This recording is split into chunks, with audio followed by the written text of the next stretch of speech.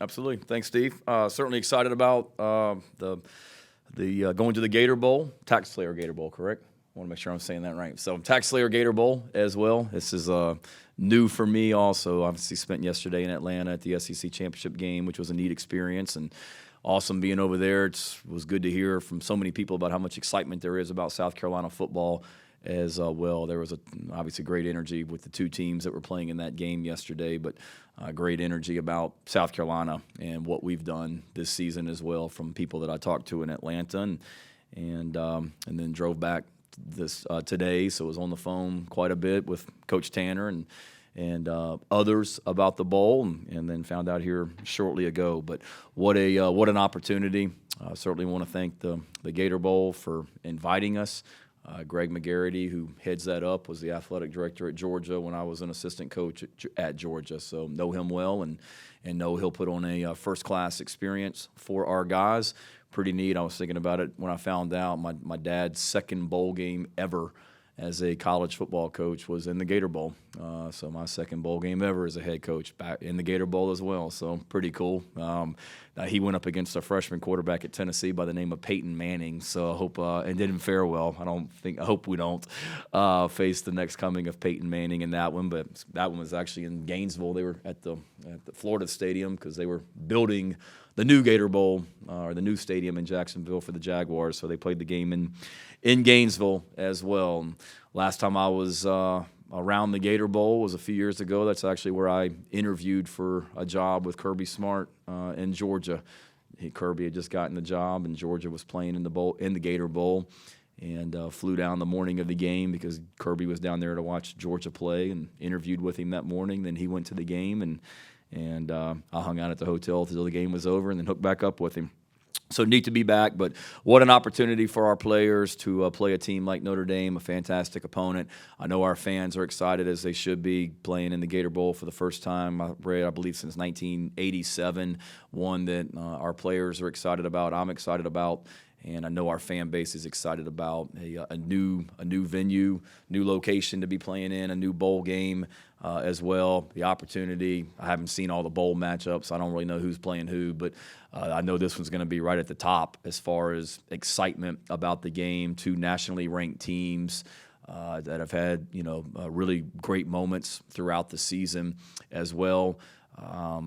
And the opportunity is the only game on, I believe, on December 30th at 3:30 p.m. I think that's the only bowl game also, so all eyes are going to be on us. We know that what we've done the last couple of weeks. There's a lot of excitement, like I said, nationally about us, and then certainly we all know what Notre Dame brings from a TV ratings standpoint also. So it's going to be an awesome time, awesome trip, and we're looking forward to getting down there.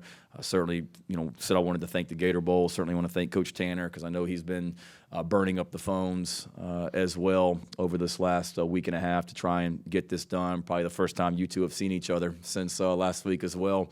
Also being here, but thanks to Coach Tanner and Chance and Charles Waddell and everyone in our administration for that, and it's good to be wanted. That's what I just told our staff. We just came from a staff meeting, and there were a lot of bowl games that wanted the South Carolina Gamecocks, and I think there's something to be said for that. I tweeted it this morning, and it's true. It's great to be wanted, and we were.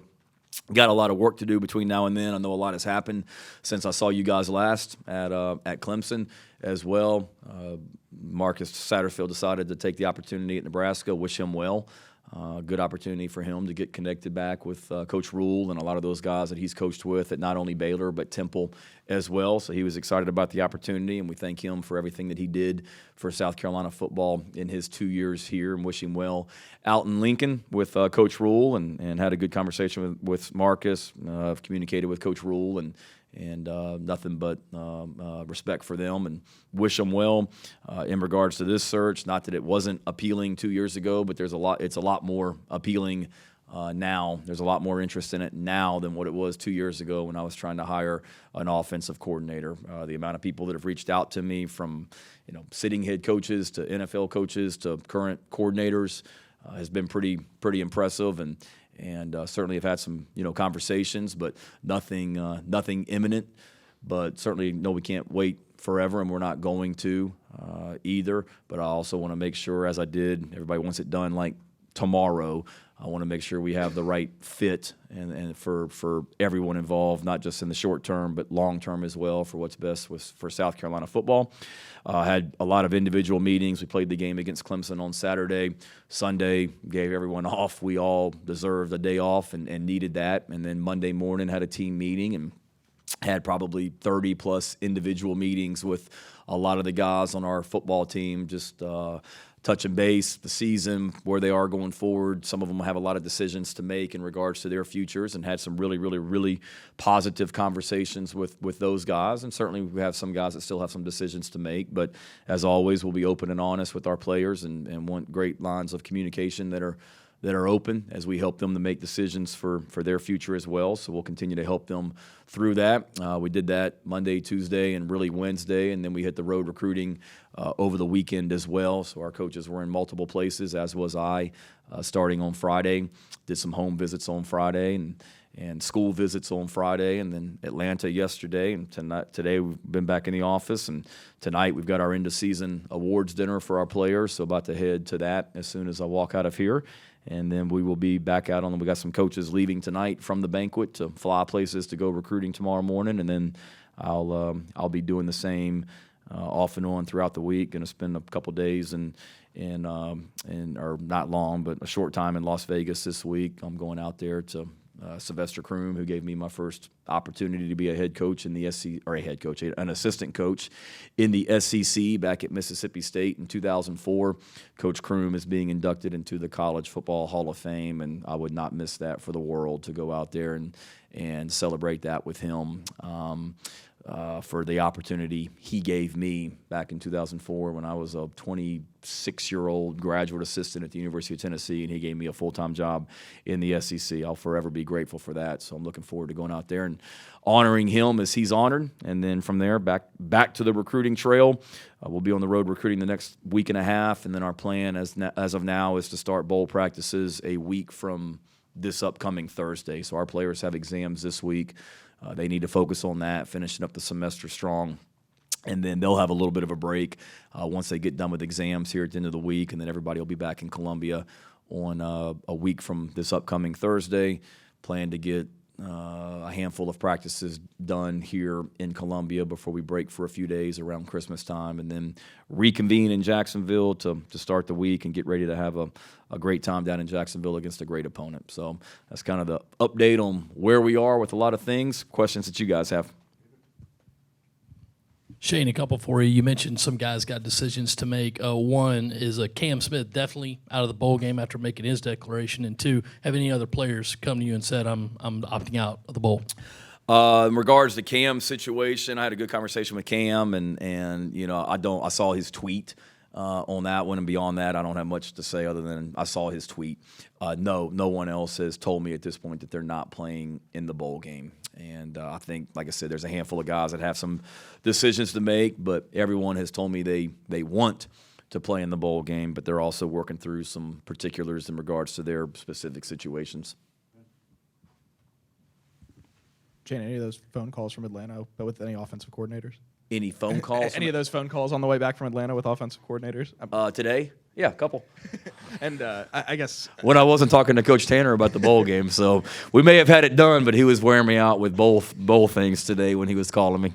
And I guess, obviously, outside of your first go-around with hiring a staff, it's your first sort of major hiring as far as being the head coach, having a couple of years under your belt. What goes into that on your end? What do you look for? What's sort of the process of how you go about trying to hire someone for a role like that? Yeah, no, great question. For one, it's different now because 2 years ago I was trying to put together an entire building of people, 10 coaches and coordinators and strength staff and player development and on and on and on. This year it's a little bit different because you have pieces in place, but certainly when you're hiring a coordinator, particularly on the offensive or defensive side of the ball, that everyone is affected, everyone on the staff. So you're looking at what kind of person they are. First of all, I want to make sure they fit with what we're doing in that building.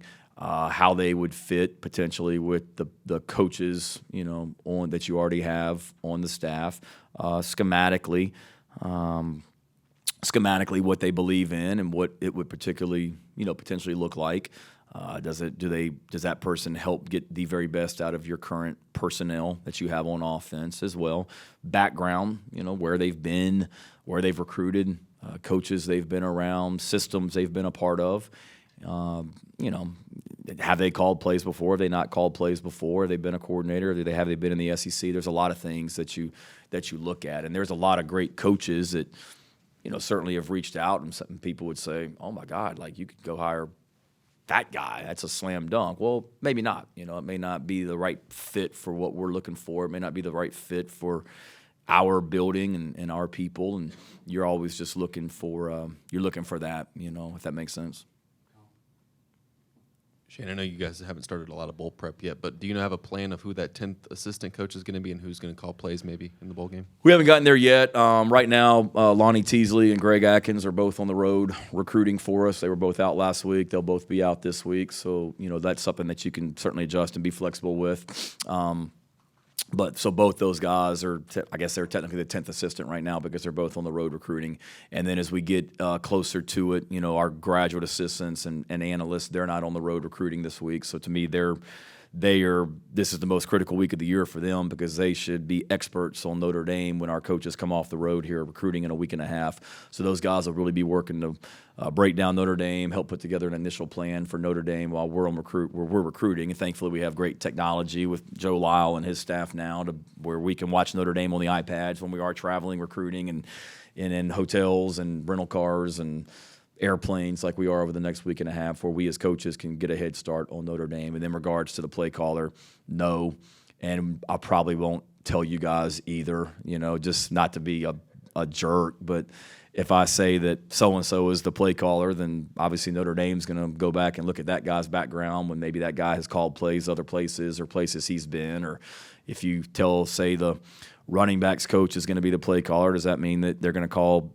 95% running plays in the bowl game? Or if you say the receivers coach is going to be the play caller, does that mean we throw it 95% of the time? So I've talked to all those guys kind of about where we are, and it's certainly a group effort, putting the plan together, and then once we get to game day, we'll kind of see where we are.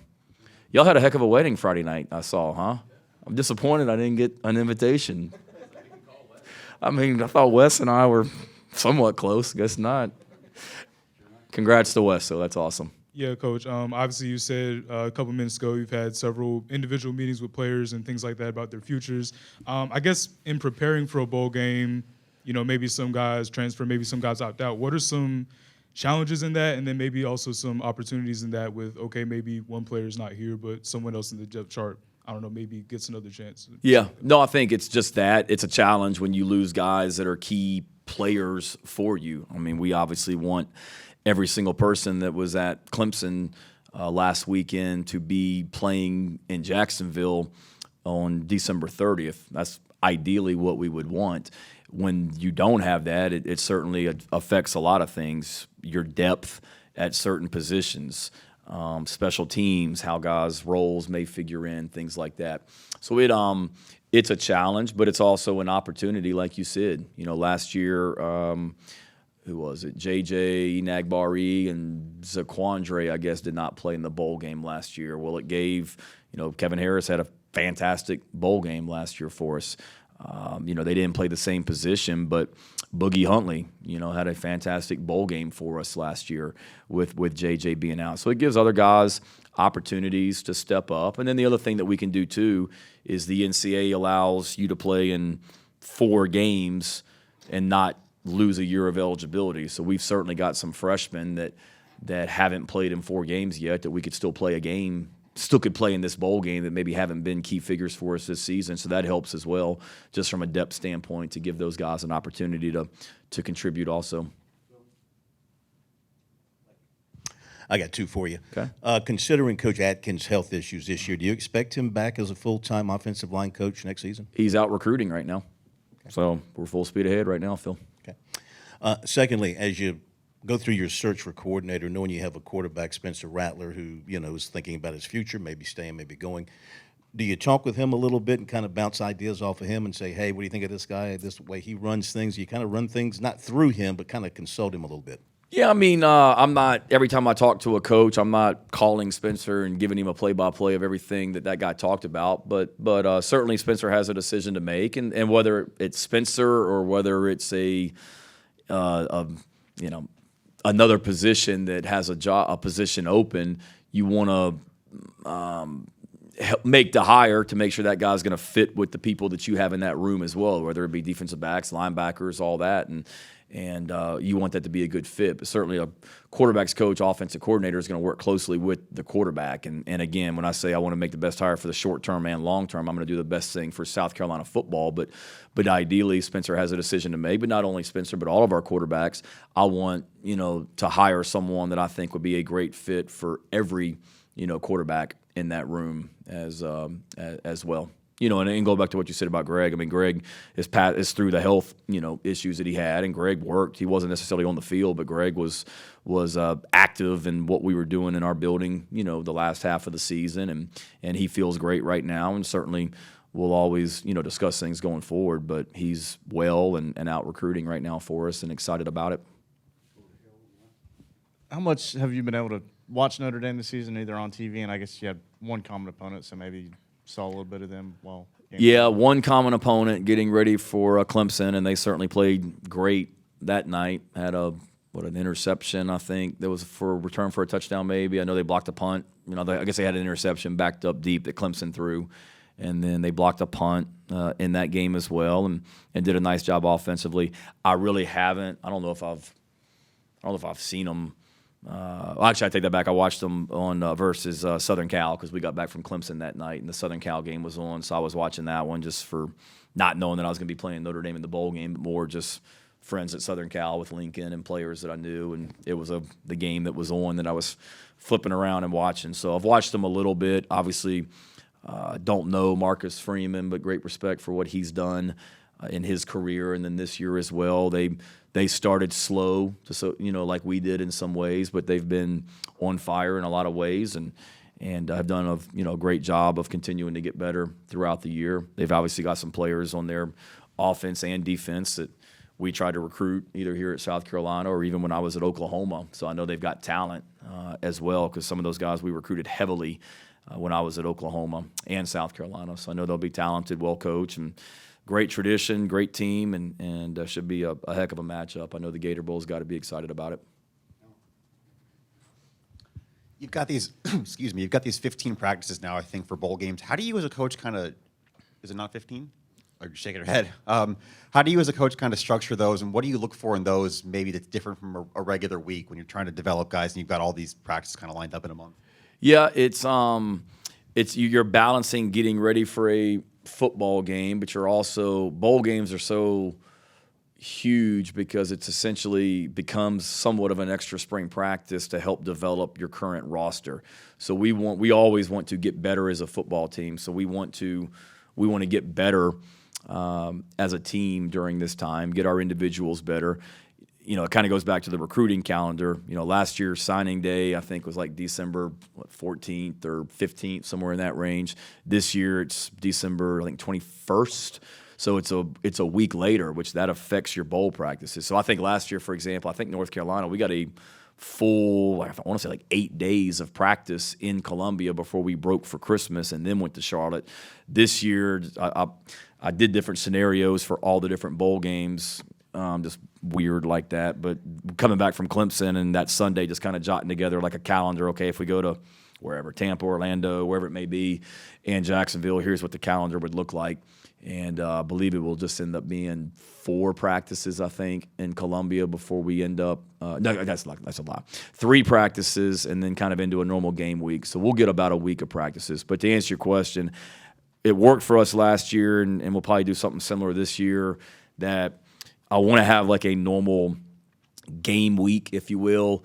We practice on Sunday, take Monday off during the season. Tuesday, Wednesday, Thursday are our main practices. So I want to have like a normal game week before we break for Christmas. So, okay, if I say this is going to be our last day in Columbia, then the last day in Columbia is like a Thursday practice, the day before Wednesday, the day before that's Tuesday, the day before that would be Sunday because we take Monday off. So having like a normal week and then having as many practices that aren't about Notre Dame before that, if that makes sense. So we're probably going to get about 3 or 4 practices on just ourselves, kind of like an extra spring practice. It's going to be more for the development of the young guys.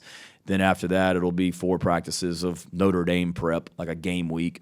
And then when we get to Jacksonville, it would be another game week, but it's just kind of like fine-tuning and shorter and less time on the field. Worked for us last year, so we'll see if it works this year. Hopefully it does. Yeah, because speaking of, we got a couple quick ones for you. Speaking of Notre Dame, obviously a legendary program. Beyond watching Rudy, do you have any experiences over your life with the Irish? Well, first of all, I got to bring up Rudy with the players because it crushed me last week.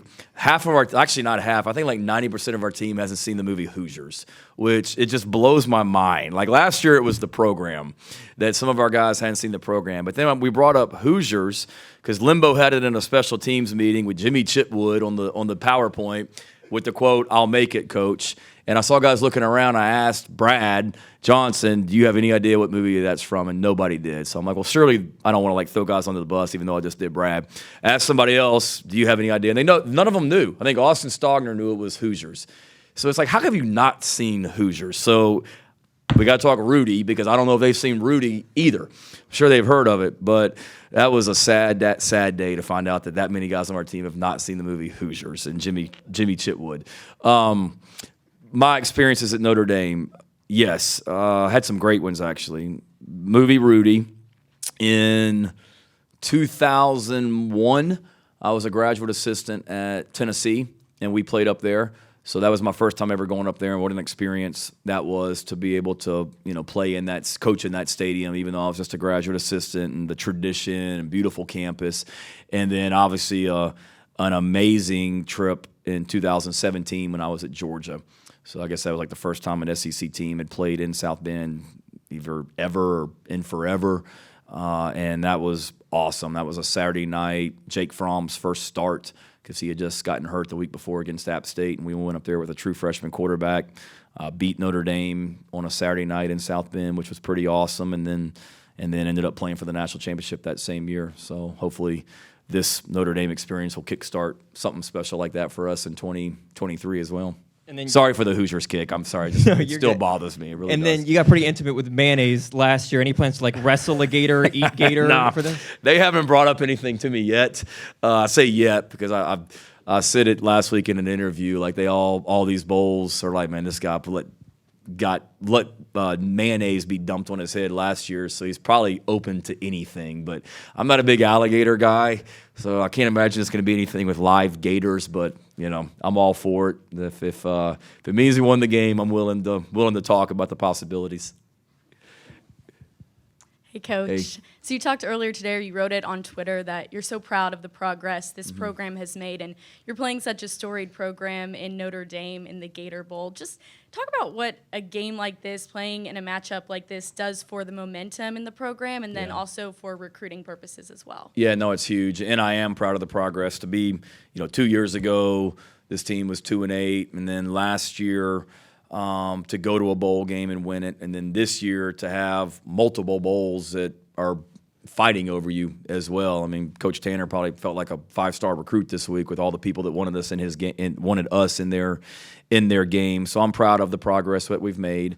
Certainly, the last 2 weeks have been monumental for our program, just on a national stage and with recruits as well. That validates what we're doing and that we're on the right track. And we were doing some great things already before that, and recruiting was going really well before that. But certainly being able to do what we did against Tennessee and Clemson was huge, and has done nothing but create more energy. There was a lot more, I don't want to say excitement, but it was a lot more fun walking into high schools last week, coming off a win over Clemson and a win over Tennessee than what it was the previous year when we hadn't done that.